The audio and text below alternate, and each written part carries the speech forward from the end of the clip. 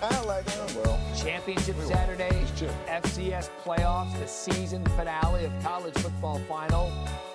Sad the entire show. EJ Manuel, Joey Galloway, Matt Berry, what a journey we've been on with you throughout the season. And speaking of journeys on Championship Saturday, what a journey we've been on in the ACC all season long. And it's fitting that this championship is our lead story in our final college football final, because 7-5 Duke taking on Virginia in a league that was staring at its champion not getting the auto bid if Duke pulls off the upset earlier in the season, and early on they go up 7-0. Duke got off to a great start. They didn't do this a couple weeks ago when they played Virginia.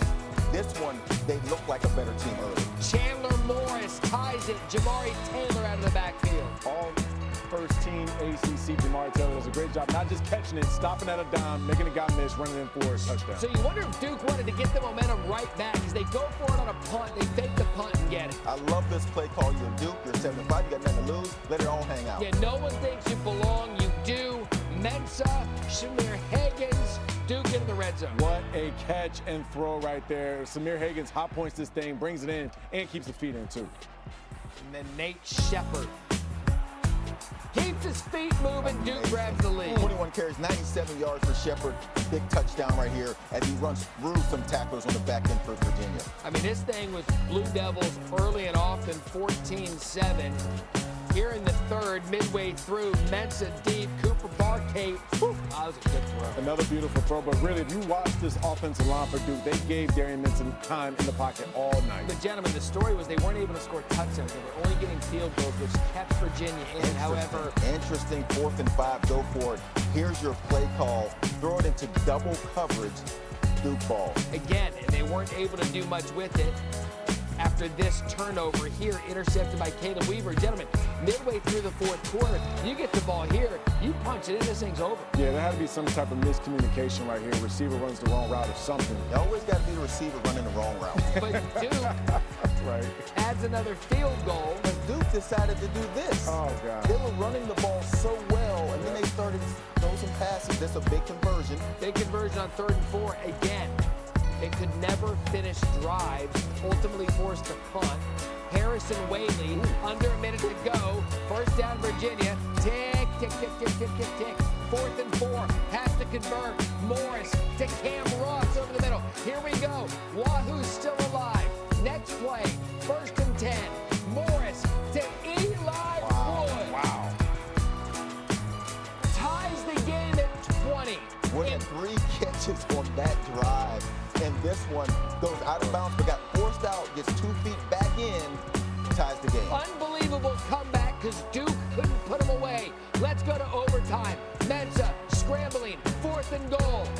Hasley for the touchdown. What a find by Darian Mensa, keeping the play alive, looking back, finds Hasley.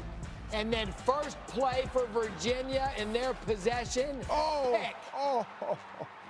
Ball game. Duke snaps a 10-game losing streak against AP-ranked opponents. More importantly, they are your ACC champion. 27-20, the final in Charlotte. What a season, what a story. Duke wins it all. So proud of this team. Their mental toughness, their resiliency. Wow. I mean, these guys, they never give up. The things they've been through this year, and now they are ACC champions. They deserve to be here. They're worthy of being here, and now they're champions. That's a playoff team. Darian Mensa might be the best damn quarterback in the country. These guys deserve to be in. Hopefully a great one. You know, Virginia's a great team, and getting this ranked win is a huge one for our case to make the playoffs. So just now we leave it up to them boys in the committee, and hope that we get in. Congrats on the win. Thank you.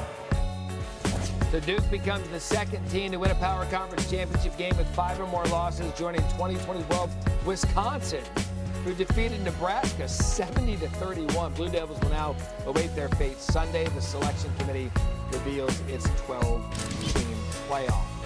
Here's a fun game. We've been waiting to see this one. 1 versus 2. Ohio State, Indiana. A clash of the Big Ten's best. What a story Indiana's been the last couple of years. They get the national champions early on. Fernando Mendoza.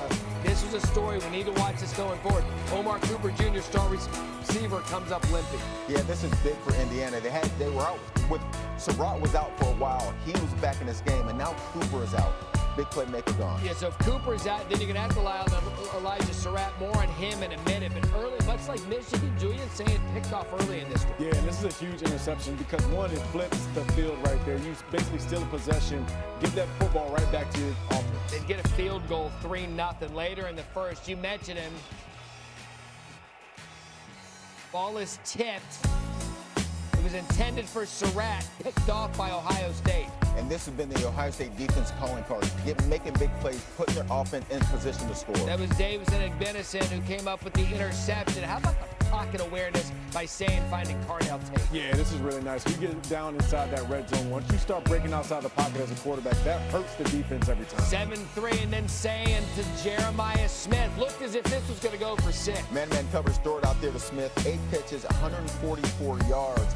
They did make the stop, though. They made the tackle. Not many teams do that. They also made the touchdown, Scott. Forced Ohio State into a field goal to make it only 10-6. Another story in this game, field goals aplenty. Mendoza, Charlie Becker, Nashville. Charlie Becker has been stepping up like crazy toward the back half of the season. When Surratt was out, now Cooper out, Becker comes up big. 51-yard completion. How about this from Surratt? Ooh, back shoulder throw. Couldn't have thrown it any better. Big catch by Surratt. Had 3 catches in the game. First time Ohio State trailed after halftime this year. Saying Smith, what a grab. Good ball right there on the back shoulder. Excellent grab, but even better throw. Guys, this is the turning point. They like not to kick the field goal. It looked as if Julian Saying got the first down. Called the first down. Go back and take a look at it. His knee hits the ground. They overturned the call. Indiana ball. That was huge. Now, the defense forced a punt. This is a defensive battle. Saying on 3rd and 1 tries to get it into the end zone to Bennett Christian. It's incomplete. So now the field goal to tie it is for Jayden Fielding. Okay. Oh, boy. Come on, Fielding. So Indiana in control. 3rd and 6. Amazing play right here. How big was Becker? 6 catches, 126 yards. This one, the biggest one. Give them the first down. Ohio State has 1 timeout left. That was the back break. Yeah, that sealed the deal for the Hoosiers. And one final shot here for Saying the Buckeyes, but it was not to be. Now, this is pretty impressive because Jeremiah Smith actually does still catch this football amongst 4 grown men, but nonetheless, not enough. End of the game. Huge win for Indiana. Congratulations.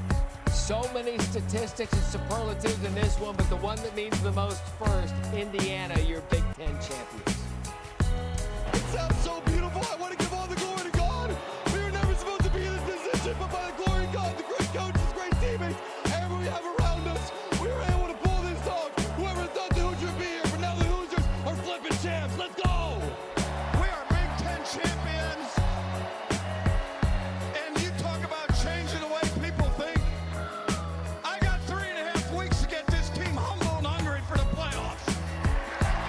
You know, this is a tough lesson to learn, but you know, we have to be more efficient across the board. It can't just be, you know, us doing our job once or twice, you know, or 3 times. I mean, it's going to be every single time, and that didn't happen. And that starts with the coaching, and then goes from there.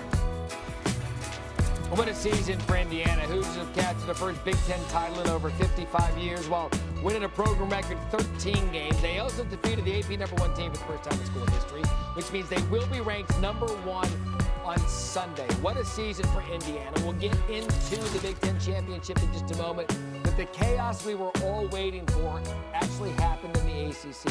When Duke gets their revenge over Virginia, they win the conference title, they finish the season 8-5, and now, gentlemen,